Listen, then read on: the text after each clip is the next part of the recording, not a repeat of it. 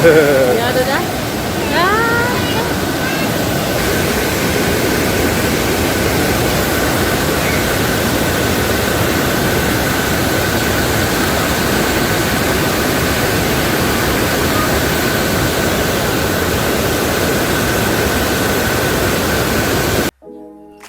Hey everyone, welcome to Midlife Green Glow. I'm Anne Marie. Here we explore eco friendly living, natural beauty tips, and practical ways to strive in midlife together. If that interests you, please subscribe and let's get started.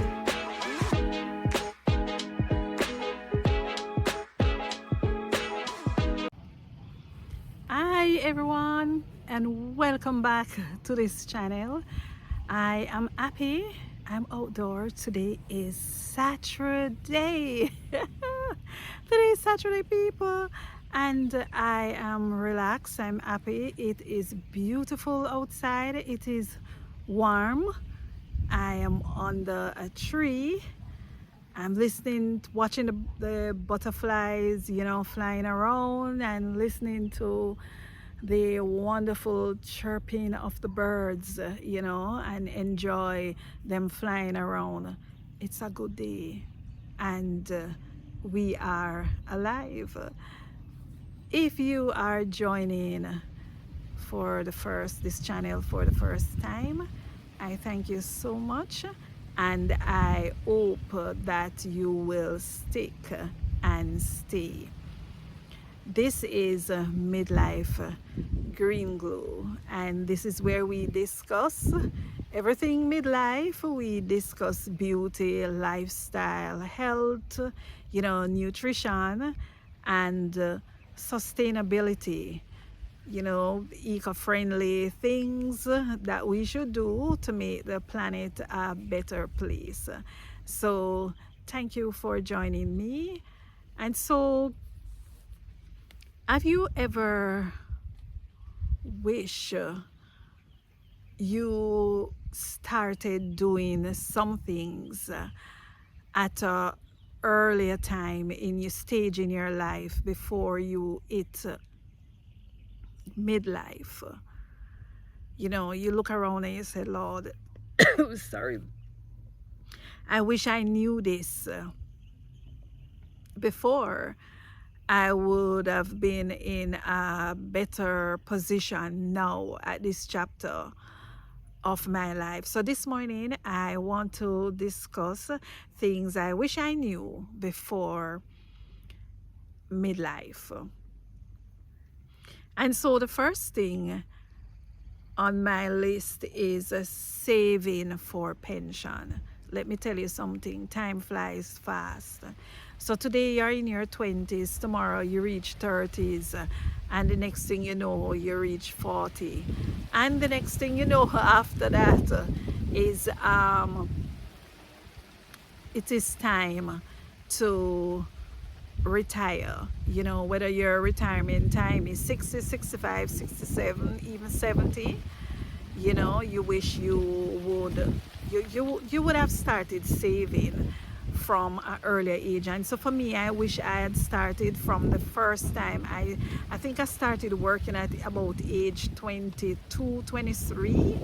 And so I wish someone had told me that start a pension investment, insurance, and you do investment for your pension days, and also saving, because if you open an account specifically for saving for pension and you lock it so you can't withdraw no money from it. I mean, over the years, when you minus your 20s from the time you retire, for some people you get over 40 years, and that would have been quite a bit of savings, and you could even invest it, in something. So I wish I've started saving from I just began to work.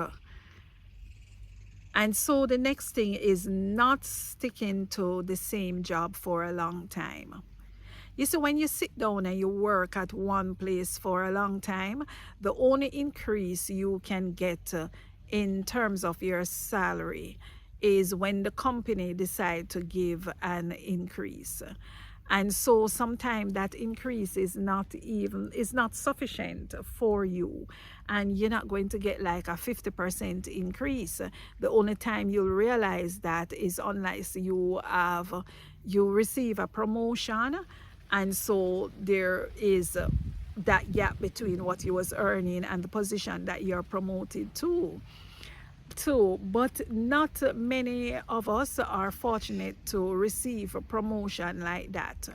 And so I wish I knew that I should really work one place 3 or 4 years, the most, and then you move on. And when you stay at that job for 3 or 4 years, don't just stick at the same level that you come in terms of your academics. Try and do some self-improvement, whether it's a course, is a higher degree or something. And so you have more, you have the added experience that you get while you're there, and plus you have improved on yourself, on your academics, and so our skills. And so when you're moving on, you are in a place where you can demand more salary, you know and so that next step is, you can, if you used to get $10 here, you can say, all right, where I'm going now, I think where I'm at this stage, I can demand Y. And so that is some of the ways that you can really put a jump, an increase in what you are earning, because it's not going to happen, just like that. And especially, I don't know, it might not, it happened for some people where they are fortunate enough to be promoted even 3 times, in one job. And if that is your situation, then perhaps you don't need to move so quickly. You stay a little time longer. But believe me, sitting in one job for many years is something that our parents and grandparents used to feel that they have accomplished by doing so. So they will be proud enough to tell you that, boy, I've been working here for 40 years, for 30 years, for 35 years. But now, it's not the thing to do. And I wish someone, had really warned me about that. All right, the next topic is live your life and let the children fit in it.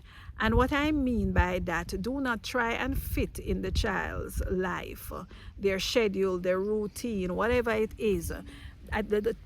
Your child is supposed to fit in your life. So it's not that you're going to be a bad parent, and I know it's something that is not very easy for mothers to do, because mothers are more caring, nurturing. They try to protect their little ones and stuff. And it's not that you're going to expose your child to danger, but if it is that something that you need to do it. Don't say, boy, because I have my children. If you want to go back to school, you do it. So you pick up. I remember there was a point in my life where I decided that I was going back to school, and so I would, the classes began at that time at 5 p.m. and ended about 8:30, and I will pick up my child after work and I take her with me. So what I do, I make sure I have enough funds to purchase something for her to eat, because she's going to want dinner. You're going to run into our dinner hour, so you make sure you're able to provide her with a decent meal while she waits for class to end. And so I wish I knew that, to have her fit in my life instead of me fitting in her life. And don't get me wrong, I have no regrets having my child. I love her very much. She's now an adult, and I have provided for her in many ways till she's able to go on her own, and she's doing very well for herself. But there is so much that I could have achieved if I had just have her fit in my life and not me fitting in her life. The next thing is, or the next topic is eating healthy. I wish that really I was really practicing that from I was in my 20s. And so because you hear the saying that you eat today for tomorrow, it is real. So you really have to try and eat healthy while you are in your younger days, your 20s. Eat a lot of your fruits and vegetables and make wise choices, because as we grow older, the body ages, and by the time we reach in our midlife, you see, every single thing that we used to do wrong in terms of our health, that is the time it comes back to haunt us. Trust me, it haunts you. So some of us, or for me, the way my cells are aging or so, and I'm not saying I'm sick, because I'm not sick like that. But I mean, I think that the way your colon will age, other cells in your brain, your body will age. And I just feel if I was eating better, it would have slowed down that aging process, and things like high blood pressure or even diabetes and stuff that is likely to affect us as we grow older. If we were eating properly from we are in our 20s or earlier life, when you get to your 50s and your 60s especially, or late 40s, some of the problems that we run in, or some of the problems that I discover now, if I was eating healthy, that would not have happened. So I wish I knew that, you know, when I was younger. Lord, my dear, the next thing I wish I knew, you see, is a lot about dating. Not to date, but to court. When this is my dream. I always wanted to get married, start a family, even though I didn't have any desire to have a lot of children. I always wanted to have one or perhaps two. If I feel brave enough, I have one. And so my wish for my life is that I would get married, have a wonderful partner. Whether the person fat, short, dark, tall, the height would matter. I love tall men. But whether you're brown, you're black, you're white, your race did not matter to me.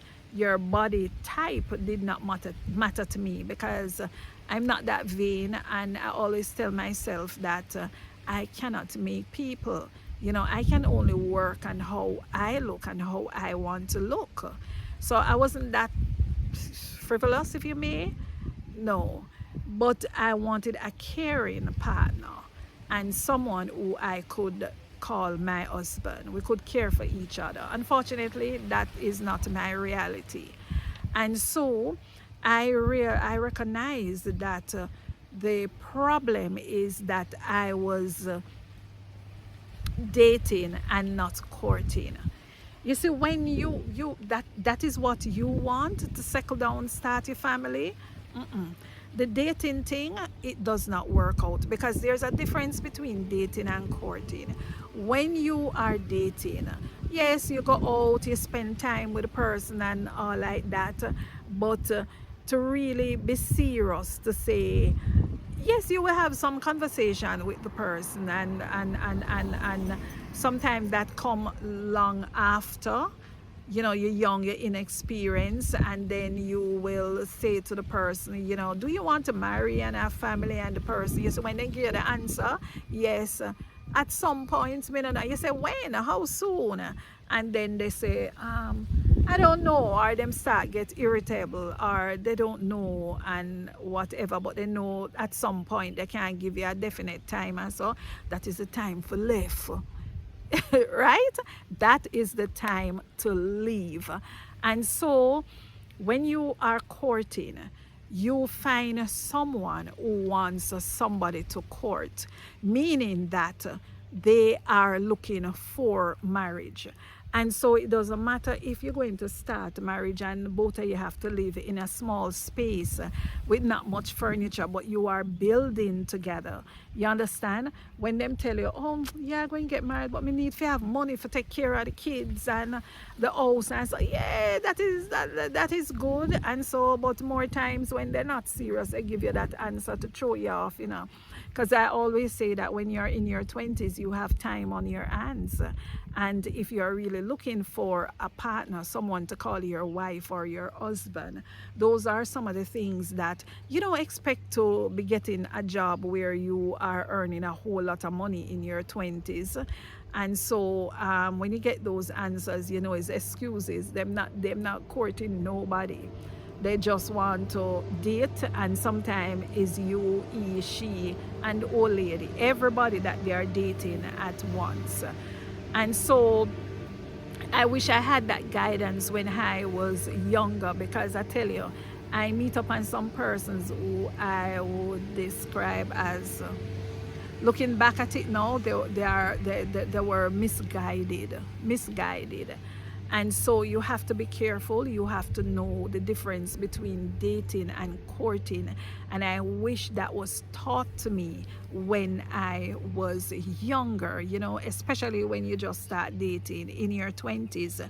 It would have made a whole lot of difference to me.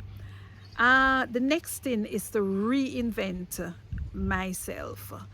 You know, when you get to about 35 or thereabout, I wish I had reinvented myself. And reinventing yourself is a broad topic, I tell you. And so, for example, if you had gone to teachers college and you're a teacher, at that stage, 35 is a good age, you know, when you can really sit and look back and say, what am I doing? Am I satisfied with my career? Is this a career path that will, you know, let me be able to live the life that I desire and stuff? And so if the answer is not really yes, you know, that's the time when you can say, all right, I'm going to brave it out. I'm going to go back to school and I am going to choose another career path. I remember that we said earlier, the children must fit in your life. You not to fit in their lives at all. And so that is a time where you would say, all right, I'm going to leave from education to something else, you know, another career, whether you want to be a medical doctor or something like that, you know. So the takeaway really is that you don't be afraid to reinvent yourself. And the age 35, not a bad age to start at all. So the takeaway from this video is that you're not going to beat up heavily on yourself, but at the same time, you know, don't be afraid to make changes to your life. And these are things I wish I knew before I really hit midlife. It would have made a difference. So thank you very much for watching this video, and please remember to like, share and subscribe. See you in the next video.